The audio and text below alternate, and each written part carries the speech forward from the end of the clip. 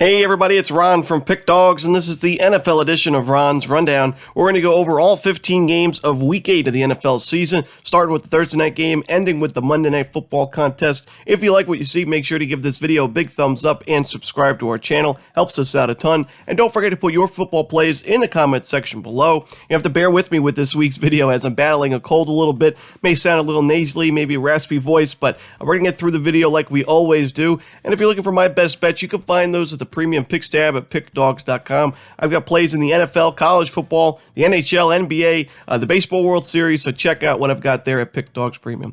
Alrighty, here we go. Here are the games for Week 8 of the NFL season. We're going to start with this Thursday Night Football game between the Baltimore Ravens and the Tampa Bay Bucks. This one on Prime Video. Finally, a pretty good Thursday Night Football game on paper. I mean, last week was a pretty entertaining game, high-scoring game between the Cardinals and Saints. And although I don't think this game is going to be as high-scoring, I am going to go with a little bit of a contrarian play and take the over in this Ravens-Bucks. The primetime unders have been really good this year, but we're starting to see, Monday Night Football against the Bears-Patriots game, two teams that play a little bit more defensive style. That game went well over the total, and I think this one's going to go over as well. When you look at the Tampa Bay Bucks, yes, they're struggling offensively, and there's no doubt about that. I mean, last week in Carolina, only 3 points of offense. However, the defense is also struggling, and that's where I worry about Tampa Bay the most right now is I do think their offense will get going. You got Tom Brady, you've got plenty of weapons, great running back, great receivers. I do think the Bucks offense will be fine, but the defense the last few weeks, facing backup quarterbacks, facing pretty weak offenses overall, and the Steelers and Panthers. I mean, we saw last week, P.J. Walker went 16 of 22 passing. The Panthers had 6.4 yards per carry and 170 rushing yards,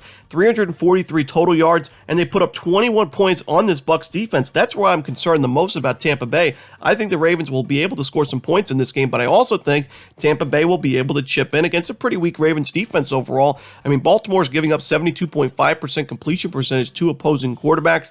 Last week, yes, they had 5 sacks on the quarterback against Cleveland and Jacoby Brissett, but they still gave up a good amount of passing yards and overall 336 total yards, 20 points.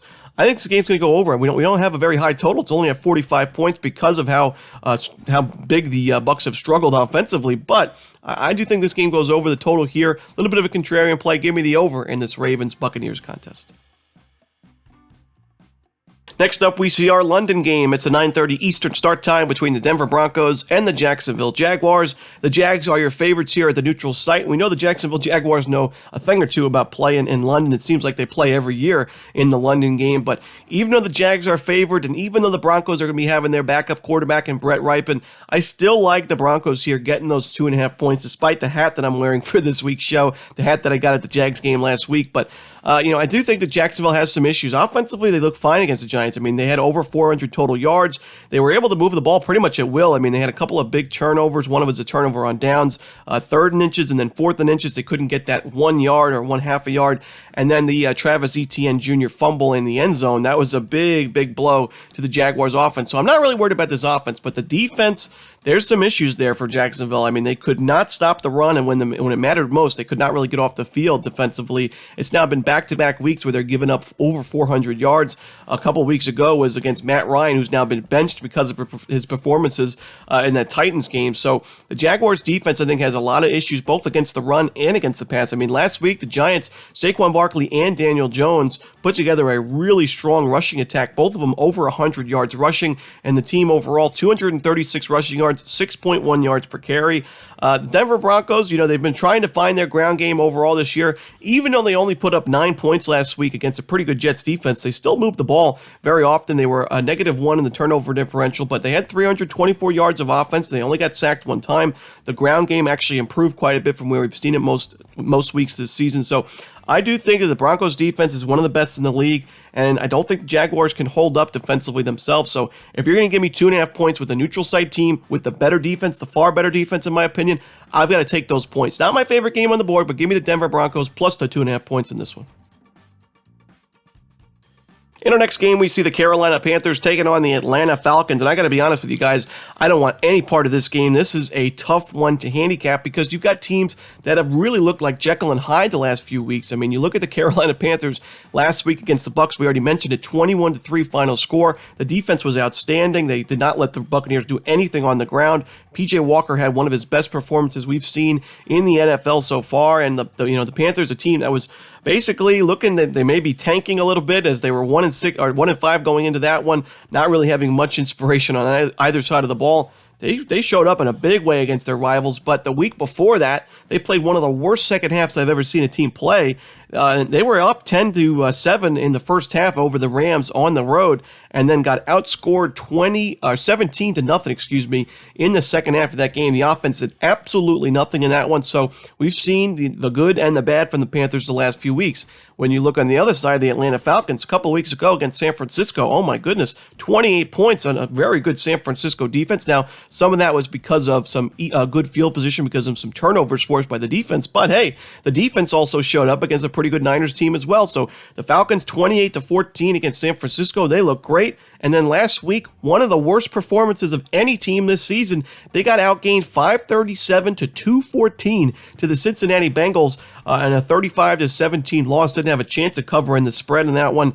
And overall, it was just a disaster on both sides of the ball. So it's just tough to really have faith in either of these teams. You don't know which one you're going to get into this in this week, but I'm just going to take the smallest of leans here with the under, as I just don't trust either of these offenses. I do think Atlanta's defense has really improved this season compared to what they were doing last year. But Carolina's defense has been able to keep them in ball games. We saw their win over the Saints. It was because of their defense. The win over the Bucs last week was because of their defense. They played well in divisional games, so it really wouldn't surprise me to see them keep this game close. So there's 4.5 points, not necessarily the worst case, but it's just tough to back this Panthers offense when we've seen so many inconsistencies this year. I'm just going to take the under. I don't trust either of these offensive lines, either of these offenses. Give me the under in this Panthers-Falcons game. Next up, we see the Chicago Bears taking on the Dallas Cowboys. The Cowboys are 9.5-point favorites. Total set at 42 points. Now, bear down Chicago Bears after that big-time upset win over the New England Patriots. Monday Night Football, they were 9-point dogs. 33-14 final score. You got to give them credit. They played great on both sides of the ball. The defense showed up for now back-to-back weeks where the defense has given up less than 300 yards, and the offense back-to-back weeks with over 375 total yards. So they're really getting it done on both sides of the ball, but the thing that really has me worried for the Bears in this particular matchup, I do think Chicago overall as an organization is trending upwards, but in this spot, on the road, short week against the Cowboys pass rush, I don't love their chances. The Bears in the last 5 weeks have given up at least 4 sacks in 4 of those 5 games, including the last 2 weeks where they've given up 4 to the Patriots and then 5 to the Commanders. You look at this Cowboys pass rush, I mean, they are getting at the quarterback. 12.2% of opponents' passing plays end in a sack. They've had 5 sacks against the Lions last week, a very good offensive line. 4 against the Eagles the week before in that primetime game, another really good offensive line. And then against the Rams the week prior, on the road, 5 sacks against Matt Stafford. So this pass rush is getting after the quarterback. They're not giving up much on the ground. The secondary is a little bit more of a bend, don't break. They give up plenty of yards, but they are able to force those interceptions we saw last year especially. So I like this Cowboys defense against this Bears offense.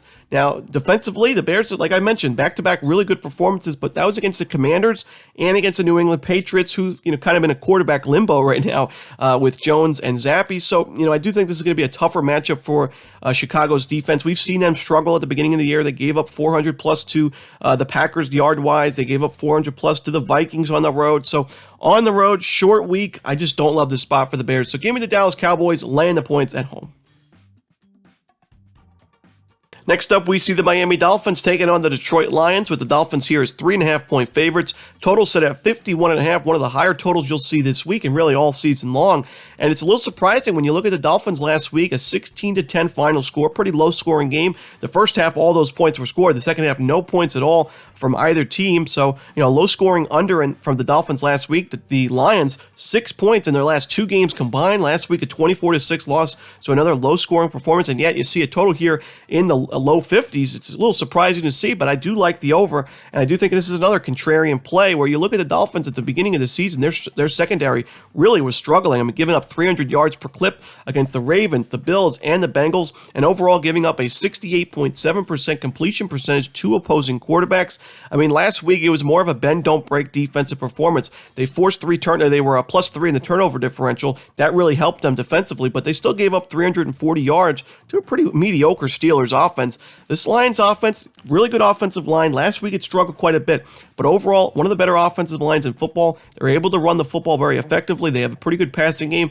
I think this is going to be the week we see the Lions offense kind of break out and see what we saw from them in the beginning of the year when they were scoring 35 on the Eagles, 36 on the Commanders. And I do think on the other side, you look at the Dolphins offensively, this was a team that was also putting up a lot of crooked numbers. We saw them put up 42 points against the Ravens in week 2 of the season. And we know this Lions defense is one of the worst in the NFL. So there's a reason this total is set pretty high. I don't buy last week's performances. I think this is going to go way over the total. So give me the over in this Dolphins-Lions game.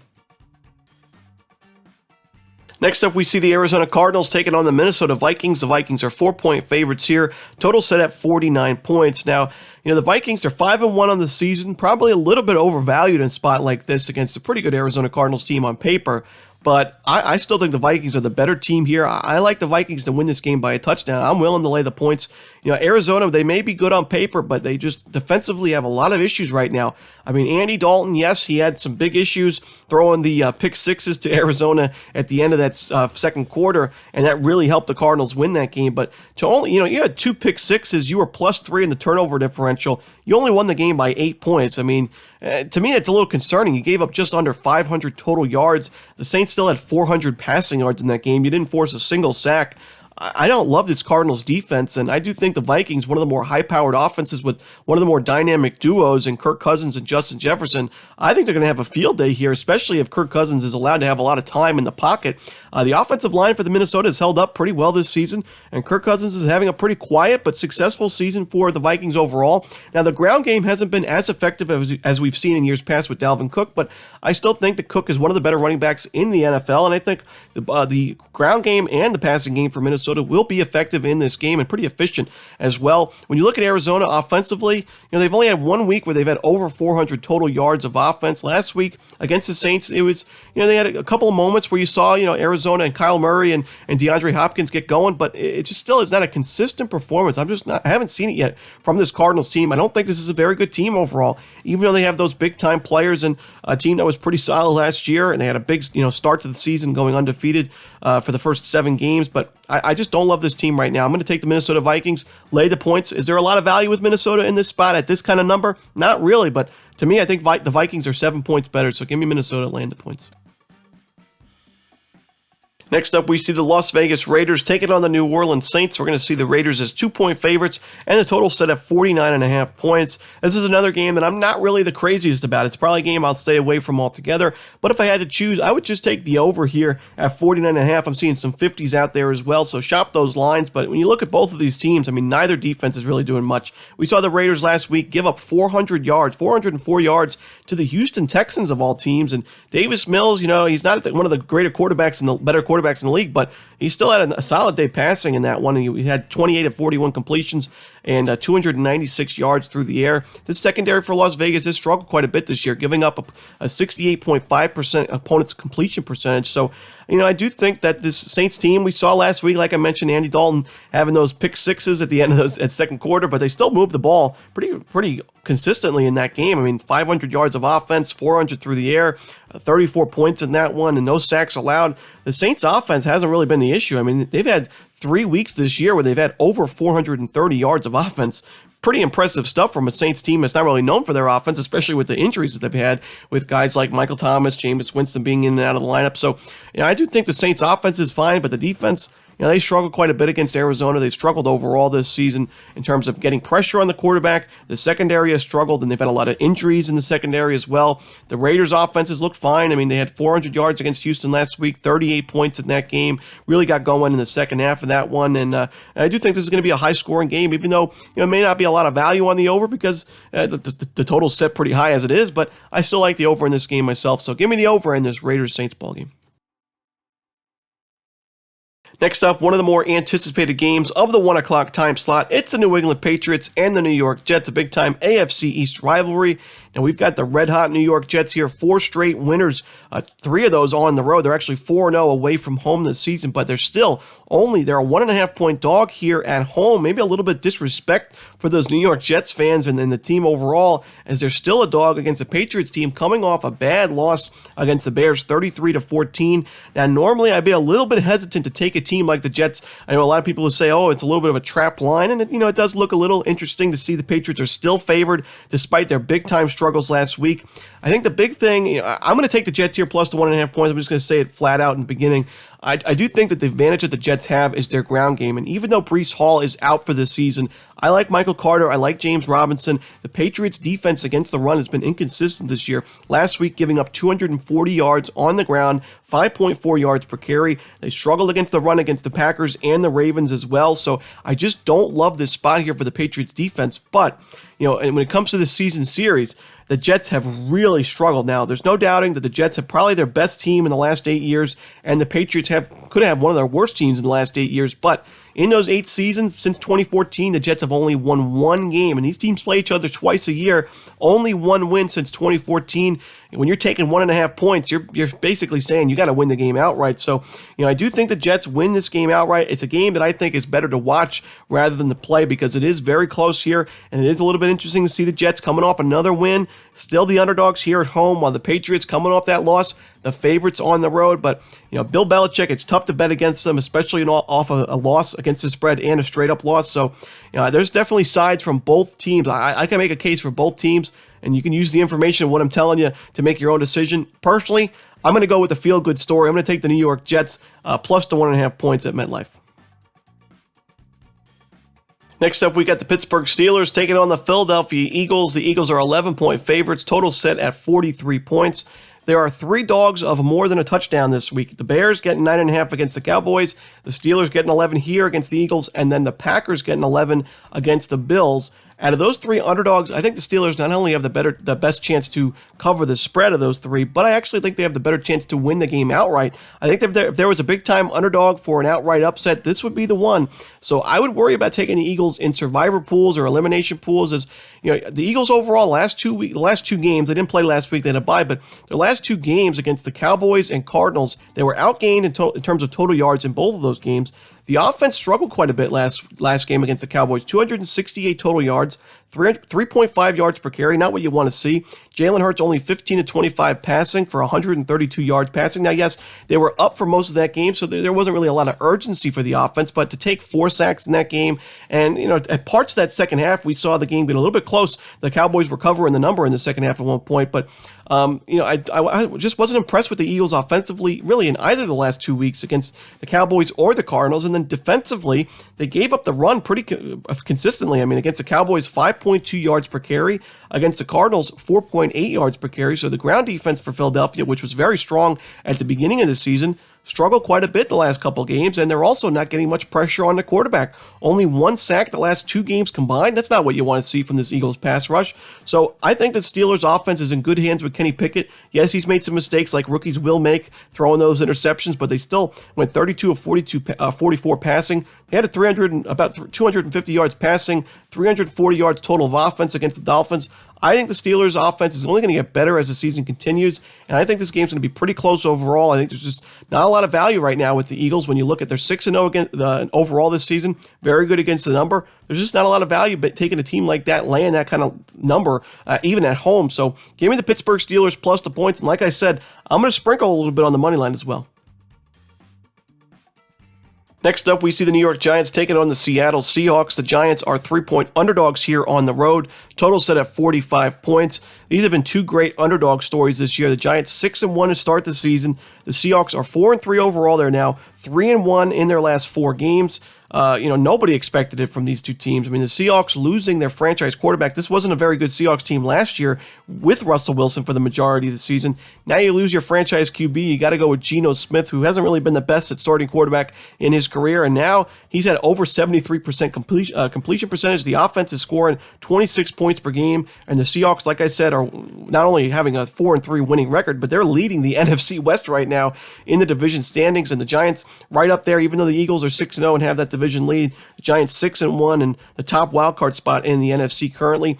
Now, with me in this game, last week I really liked the Jaguars in that matchup against New York. The Giants pulled that game out 23-17. Something that I underestimated and something that I got quite wrong in that ballgame was, I mentioned that the Giants were going to be in their second true road game of the season. They played a lot of games at home or at a neutral site like London. So this is a team that's not really tested on the road. But the big thing was, in that game, even though they weren't at MetLife Stadium on their home field, there were more Giants fans than Jaguars fans by far in that game. I went to the game. There were a ton of Giants fans there. And, I didn't even really realize that the Giants fans, they're New Yorkers. There's a ton of New Yorkers in Florida. When the Yankees play the Rays, the Yankees fans outnumber the Rays. It's like 3-1. Same thing with the Islanders and Rangers at Lightning games. So, I didn't really think about how the Giants fans would show up in a big way. And there was a home field advantage for the Giants. When they had the ball offensively, it was pretty quiet. When the Jaguars had the ball defensively, the Giants fans got very loud. So I think that kind of road advantage, the travel advantage with the Giants fans, I think it really helped New York overall, and it was a close game. It was a fun one to watch. But in this spot, the Giants aren't going to get that home field advantage or that road traveling advantage because the Seahawks faithful, this is one of the more passionate and loud fan bases in the NFL. No matter if the Seahawks are winning or losing in terms of the season, the Seahawks fans are going to show up, and the 12th man is the real deal. So I do think this is going to be a much tougher spot for the Giants, especially when you look at the fact that the Seahawks have been really running the football very effectively. Kenneth Walker, over 6 yards per carry against the Giants defense. They've given up 6.8 last week to the Jaguars, 8.8 yards per carry, 211 rushing yards to the Ravens, 4.7 the last 2 weeks, 5.9 to the Dallas Cowboys, 6.3 to the Bears. This Giants ground defense is one of the worst in the NFL. They've been a very bend but don't break defense overall, but on the road against a very good Seahawks ground game with Kenneth Walker breaking out as a rookie, I don't love this spot for the Giants overall. So personally, I'm going to go with the Seahawks laying the points. I wouldn't blame you if you go the other way because both of these teams have been just so surprising and so fun to watch. But give me the Seahawks laying the points. I think they have the advantage here with their offense and with the home field advantage. Next up, we see the Tennessee Titans taking on the Houston Texans. The Titans are 2-point favorites here on the road. Total set at 40.5 points. And I think most people, when they look at this line on paper, they'd say, why are the Titans only 2-point favorites? And even myself said, this is a little bit of a short line. I'm surprised to see the Titans only as less than a field goal favorites after their big win over the Colts. But when you look at the numbers, I think the big advantage that the Texans have, other than being at home, is the fact that their passing game, I think, is going to have a lot of success in this game. So, I'm going to take the Texans personally, but I also think it's worth looking at a Davis Mills player prop, perhaps a passing yards or passing touchdowns over, because this Titans secondary is one of the worst in the NFL right now, giving up 69% completion to opposing quarterbacks. And you look at Davis Mills last week, he went 28 of 41. They had 296 passing yards, and they had 404 yards of offense against the Raiders last week. They put up 20 points in that game. So, yes, I don't love Davis Mills. He does make a good amount of mistakes. He has 5 interceptions on the year, but his completion percentage has been really good in the last few weeks, and they're able to move the ball through the air quite a bit. That's a problem for this Titans secondary that's pretty consistently getting burned. They've given up over 300 yards in 4 of the 6 weeks that they played this season. So I think that that's the big advantage that the Texans have. And the other fact is that the Titans offense hasn't been very good this year. Another week last week against the Colts where they only had 254 yards. They've had under 300 yards of offense in 4 of the 6 weeks of this season. The ground game with Derrick Henry hasn't been as impressive this year as it has in years past. And Ryan Tannehill has also really struggled. The offensive line not really giving him a lot of time to throw. So I think the Texans here are a live dog at home. Give me the Houston Texans plus the 2 points in this one. Next up, it's the Sam Ehlinger game. It's the Indianapolis Colts taking on the Washington Commanders. Ehlinger getting the start here for Indianapolis, not only this week, but for the remainder of the season.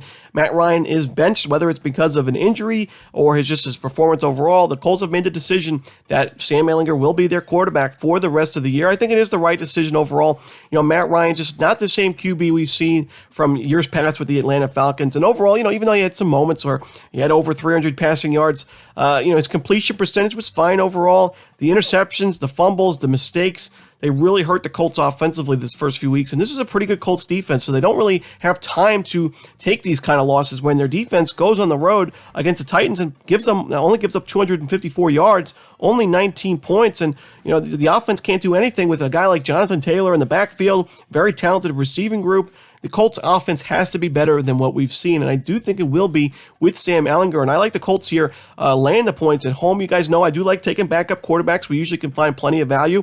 We're finding another team here with a backup quarterback in Washington who covered the spread for us last week, and Taylor Heineke, who won the game outright 23-21, getting those 5 points with Washington. But, I think overall this Washington Commanders team, not necessarily a team that I'm looking to back very often away from home. We saw against the Bears on the Thursday Night Football game, the offense with Carson Wentz didn't do anything in that game. Against the Cowboys on the road earlier in the season, giving up 25 points and a 25-10 loss.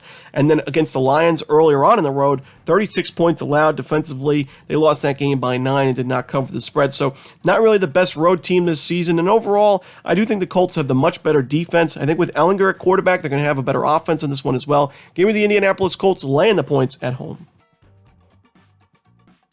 Next up, we see the San Francisco 49ers taking on the Los Angeles Rams. The Niners are 1.5-point favorites, total set at 43.5. Now, right now, this is not my favorite game on the board. That could certainly change as the week continues, but I was going to take a small lean here with the over. This total opened up at 40, now up to 43.5, and that's surprising because the series has been dominated by the under. It's 6-1, the under is, in the last 7 between these two, including the one Monday night game we saw between these two and that 24-9 Niners win earlier in the season. But I like the over in this game because I think the issues that the Niners have defensively are the injuries, and the injury bug has hurt them overall, really this season. We saw their quarterback go down at the beginning of the year, and I do think last week 529 yards allowed to the Chiefs. I don't care if it's Patrick Mahomes in Kansas City. You can't give up that many yards to really any team in the NFL and expect to have success defensively. They gave up those 44 points, over 400 yards passing. It was not a good performance. The last few weeks, the Niners are not really getting too much pressure on the opposing quarterbacks. And you look at it, giving up 28 points to the Falcons and 44 to Kansas City. Against this Rams team, it's had a bye, and their offense looked really impressive in the second half in their last game against the Panthers. I do think that Los Angeles puts up a fight here offensively, but I also like what I'm seeing from San Francisco offensively. Even though they've had some issues when it comes to turnovers, I still think this team's moving the ball. Jimmy G over 300 passing yards last week. They're running the football pretty well, and now you got the best running back in football, and Christian McCaffrey in your backfield, especially with a full week of practice now. I think that's going to be really effective for this team. Now, was it a trade I would make in terms of winning you football games? I don't think so. I don't think a skilled position player like that is going to make a big difference. I think this team has other issues that they need to take care of before going after a running back, but it's still not going to hurt your team overall. He's still one of the more talented players in football, and you may have overpaid for him, but in this particular game, I think it does pay off for your offense. So give me the over in this Niners-Rams ballgame. In your Sunday Night Football game on NBC, we see the Green Bay Packers taking on the Buffalo Bills. Now, the Bills are 11-point favorites, and if you would have told me that Aaron Rodgers and the Green Bay Packers would be more than double-digit underdogs in any spot, whether it's on the road, at home, on the moon, in London, I would have never believed you. But looking at how poorly the Packers have played on both sides of the ball the last few weeks, it makes sense, and I got to take the Buffalo Bills in this game. Lay the points, as crazy as it sounds, giving 11 points to Aaron Rodgers. This team has just not looked the same, and the big saving grace for the Packers was their defense. I mean, the defense was still competing even when the offense was struggling, but last week was one of their worst performances defensively. They gave up 360 yards to Taylor Heineke, a backup QB, and a struggling Commanders offense. That's not what you want to see, giving up those 23 points. They've now given up 23 or more in the last 3 weeks against the Commanders, Jets, and the Giants. And the offense is not doing anything on the ground. This season has not been good for Aaron Rodgers in the passing game. He hasn't really found a target that he's really connected with yet. We've seen some flashes here with a few of their receivers, but nothing really breaking out. And I just can't take the Packers on the road in a primetime spot against a very tough Bills team in a very tough environment. And oh yeah, the Bills are off a bye week, so they're well rested. Give me the Buffalo Bills laying the points in this one. In your final game of the week, we see your Monday Night Football contest on ESPN. It's the Cincinnati Bengals and the Cleveland Browns. We're going to see the Bengals as 3.5-point favorites, total set at 47. I'm going to take the over in this one. I think both teams move the ball pretty consistently and effectively in this one. Cincinnati's offense is on a roll right now, scoring 30 points in each of the last 2 weeks, at least 25 points in 4 of the last 5 games. And last week, Joe Burrow, one of the best performances I've seen him have in his young career thus far, over 450 passing yards in that one. And I think even though the Browns defense has held up pretty well against the pass, I don't think it does against this Bengals passing game right now. But on the other side, I think Cincinnati's issues defensively lie with their ground defense. We saw them give up over 200 yards rushing to the Saints a couple weeks ago, 6.7 yards per carry. A few weeks back, we saw them give up 5.5 yards per carry to the Ravens. And the Browns are similar to those teams. They know how to run the football. Nick Chubb has been one of the better running backs this season. 740 total rushing yards for him, 5.9 yards per carry, 8 rushing touchdowns. I think the Browns move the ball pretty consistently on the ground. Jacoby Brissett's not my favorite quarterback to back in terms of an over, but I think he's good enough here to make the situational throws to get us over this total in the end. I think it's going to be a back-and-forth game, pretty close game, and I like the over to end the week. And that's it. Those are the games in Week 8 of the NFL season. Hope you enjoyed this video. If you did, don't forget to hit that like button and subscribe. And don't forget to put your football plays in the comments section below. Again, if you're looking for my best bets, you can find those at Pick Dawgz Premium. As always, this is Ron Romanelli. Good luck.